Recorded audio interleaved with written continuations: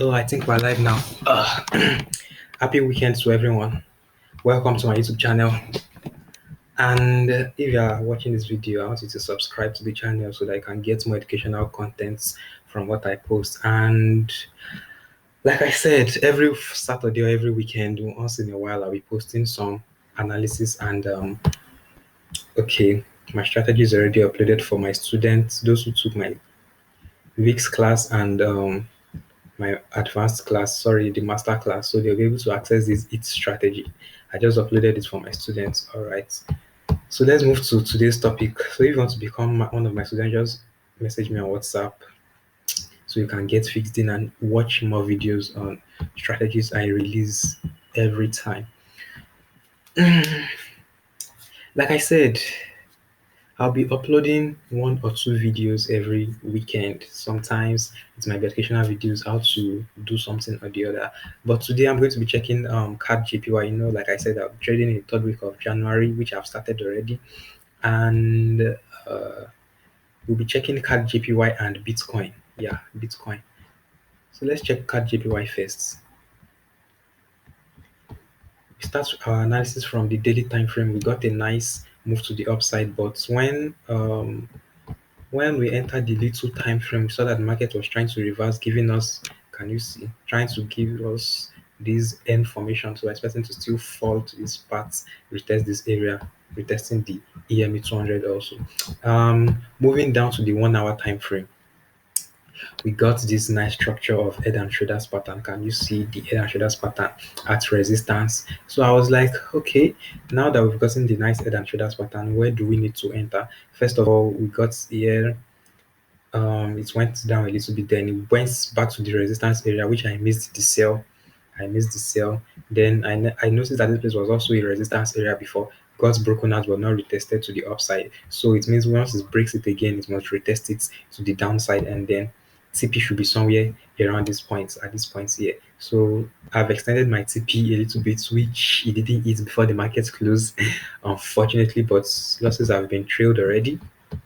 So it's a risk-free trade. It's a risk-free trade. So the analysis was based on this resistance area here that was created, which was meant to be broken to give us a support area, but it got broken again to give us what, to confirm the resistance to still be a resistance area.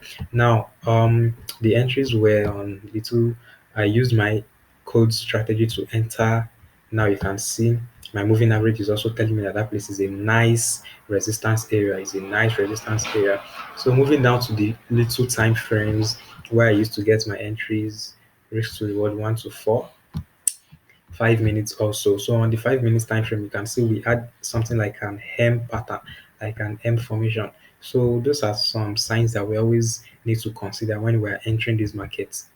When you want to enter a trade, you have to check patterns because the market obey patterns than any other things, obeys pattern than any other things. But mostly the entry was based on my Ember codes. Yeah, I use Ember codes to enter, which this is part of, and then I used another confirmation already. So if you want to take part in my Ember codes, just let me know.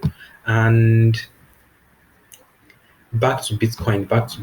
That is how I am milking on CAD JPY. So what should we be expecting on CAD JPY this week? Can you see that that place was giving me sort of resistance, now breaking it out and retesting it, trying to look like an head and shoulders pattern. But nice. This has given me the head and shoulders pattern. This will be the neckline. Once it breaks this neckline to the downside, I'm expecting it to come back to retest in confluence with the trend line, and then I sell. Most of the times I really don't use Fibonacci's. I just use them for confirmation. So as you can see, that place is also a very strong area of Fibonacci, which is the neckline. That is 0.618. So I'm expecting markets to come and retest this place by the next week. We are looking into. Then I will take a long position, a short position, sorry, on CAD. We had the short position taken here also last year, head and shoulders pattern, and it got to sell. So the hit strategy I released just now is also head and shoulders pattern. Hit strategy is head and shoulders pattern, but that's for the advanced class and the volatility index class for those that paid. Let's move to Bitcoin immediately. Let's check what's going on Bitcoin. When Biden got into the position, we learned that positions on Bitcoin should be should be more short than long, because regulators in the markets don't want to accept Bitcoin again, unlike the way Trump did. So most people are losing money because of they've been holding Bitcoin to buy for a very long time. But as a forex trader, you should know that nothing goes up just like that. So as a forex trader on the Bitcoin, I was looking for more short positions, because I knew that the administration was no longer supporting Bitcoin to that extent. And I've been hearing about losses of those holding Bitcoin. So I was looking forward to sell Bitcoin. That's why we have advantages as a forex trader. You can trade any crypto, you can trade anything, because you are just have the forex idea. So moving on to the chart, I went to the 4 hours time frame. I located my support and resistance, which was the support area. I'm expecting Bitcoin to still break this support area, because it is broken my retests. It is broken my moving average already, so I'm expecting it to retest. Once it retests the moving average, then I can go for shorter positions. Especially at this point. At this point, I'm expecting markets to come down to this point after hitting TP.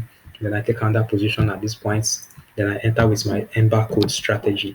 Then I'm good to go. I'm very good to go. So I plotted my support and resistance areas. I noticed this rising wedge. Rising wedge means rising wages for sell, right?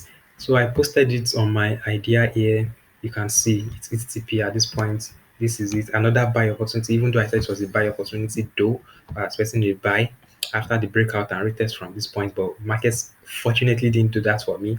It didn't retest. So this was it here. Can you see? I was expecting a breakout to this point to retest, then I'll take my buy position. But market sold immediately. So when I saw the sell, I was waiting. Then I later got in after it broke the trend line at this point, when it broke the rising wedge. So rising wedge is also a sign for sell. Rising wedge is a sign for sell. So Bitcoin approaching clear support zone. This is the clear support zone that I drew last week. I think last week Sunday, January 17th. Yeah, 4 hours time frame. It's still the same thing. Can you see? Moving average is also there. This is the clear support zone. So it has respected the support, going up to hit my retest area. So I'm not here to show my ideas, but I'm here to analyze. Moving down to the 1 hour time frame, I located more supports and resistance. It broke the um, rising wedge, then started selling. In the process, it gave me another support area here, which I took my time to draw my line and pay more attention to. So yesterday night, I got in at this point. Now today, look at what we're sitting on. So I'm trying to wait for it to break out and retest. Then I'm going to enter another short position even after hitting my take profit. So I believe you guys learned a thing or the other about AUDJP, CAD JPY, and then Bitcoin. So I think that will be all for now. Peace, guys. Stay safe and bye bye. Don't forget to like, share, and subscribe to the channel. Thanks for watching.